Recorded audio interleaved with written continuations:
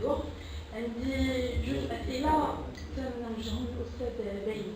هو في هاد المداخلات كاملين لقينا الموضوع ديال القاهرة في الصعيد في مدينة بوزنيقة، ولقينا مشكل ديال الفيضانات اللي كانت في الشتا. المداخلة ديال الأستاذ كان قال كاينين جوج ديال الأسباب، هو سوا النفايات الصلبة سوا الديمونسيونمون ديال الكاناليزاسيون ماشي هو الهدف. بغينا جواب ديال الاستاذ بيني، يعني شنو السبب الرئيسي في الفيضانات اللي كتوقع في الشتا؟ لان الا كان كيف ما قال هو في المداخله ديالو كان السبب هو النفايات الصلبه، فالمسؤوليه كتوقع عليه، لان ما يمكنش لنا نديرو كوراج ديال لي زيبو واحد الوقت معين، خاصو يكون على طول العام كامل.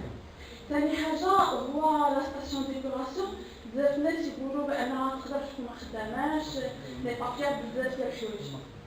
بغيت جواب من عند الاستاذ هو شنو المصدر ديال المياه من بعد محطه معالجه المياه، لان باش نديرو محطه ونخسروا عليها بزاف ديال الفلوس في الاخر باش يمشي المصاريف ديالها